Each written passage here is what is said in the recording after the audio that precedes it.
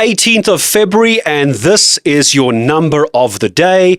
And I know you want me to talk about the inflation number, which we will, but that's not the one that worries me. The number that worries me today is 5%, or to be exact, 4.9%. And we're all going to take a collective tear and a sigh of sadness, Francis heard, because it is about the price of wine. And why are we doing this? It makes you feel like having a drink. If you can afford it. And drowning your sorrows. No, because so inflation is generally good news. We're down a little bit.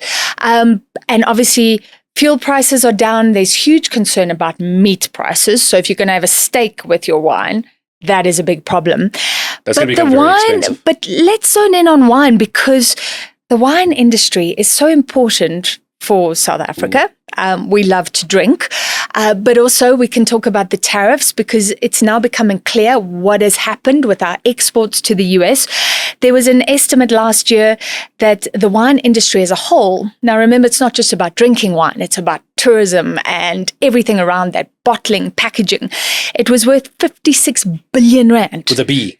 With a B, over 250,000 people employed overall. And obviously that's around wine farms and everything. You can be a teetotaler and still enjoy the wine industry. But this is huge. And yeah, if you drink wine, generally, Stats SA says it's gone up by 5%, 4.9%. Okay, so here's the maths in my head. Here's Gareth's maths for you. So it's a bit cheaper for me to drive to the bottle store because the fuel price is down, but my favorite Merlot or Merlot or my Chenin Blanc, whatever it is I might actually like, is going to cost me money and more money as well. So this is not grape news. That's right, I said grape news.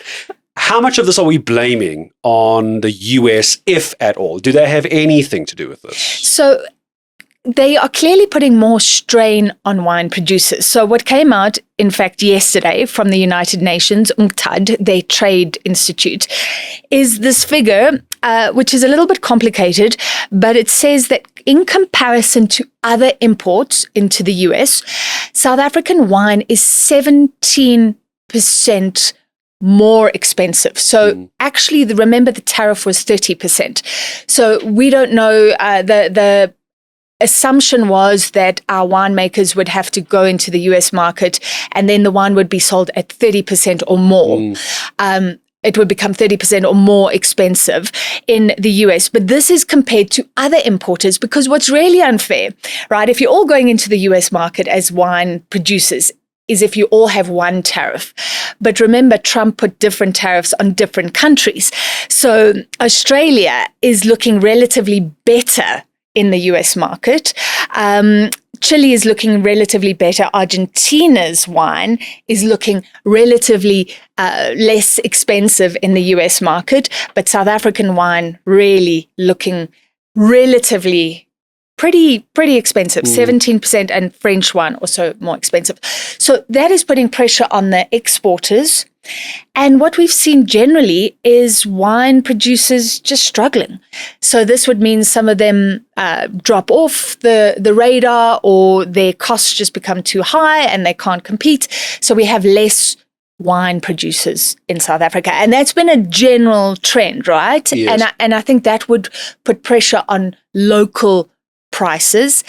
And remember that the wine industry, because it's under pressure, at one point they said they were going to not focus on volumes, but focus on value, kind of premium wines. So that could also be something. You took the words out of my mouth. I was about to say, because the moment you start struggling with your export markets, I would imagine then you try and send it back to your local markets. But already with the wine being so expensive, despite us being a nation that, how do I say this diplomatically, enjoys a tipple or six on a Friday evening. What worries me is going to be the down order effect, the second order effects of the wine farms, because they employ so many people. We know how important this agricultural sector is, and we know how little many of these farm workers, it's been reported widely, are earning. And if the smaller winemakers are beginning to feel the pinch, I'm worried what that might mean, maybe unemployment-wise,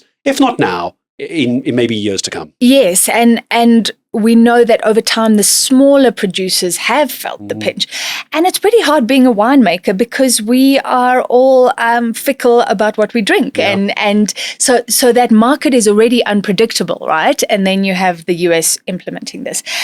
Just by the way, beer is also up 5.3%. You're taking all my happiness away from me. Spirits and liquor up 2.7%.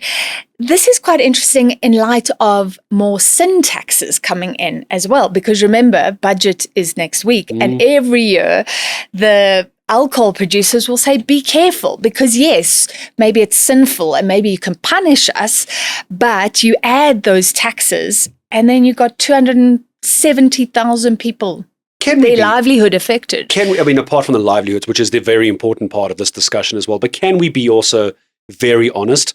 I'm not even sure, and I hope government isn't listening to this podcast. I mean, I hope you are, but I hope in this case you aren't.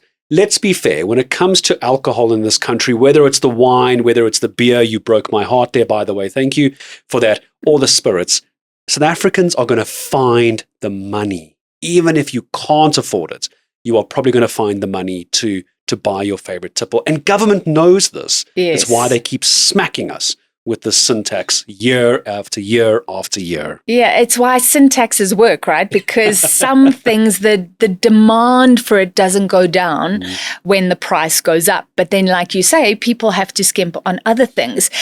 And already we should be concerned. Okay, we should be happy that inflation is under control. And there's a whole lot of things coming down, even dairy products, even vegetables, which is really good. But the meat as well is really a concern for families that are already cutting back, and now you want kids to eat protein, right? Yeah. So, and it's been explained to us that this is not just about beef prices, because foot and mouth is affecting beef prices. But because people aren't able to buy beef, they're going for other cuts, cheaper cuts or cheaper meats. It's even affecting chicken prices. So this is hugely important for South Africans. So generally a good news story, but not if you drink wine. No. And not if you love a braai. No.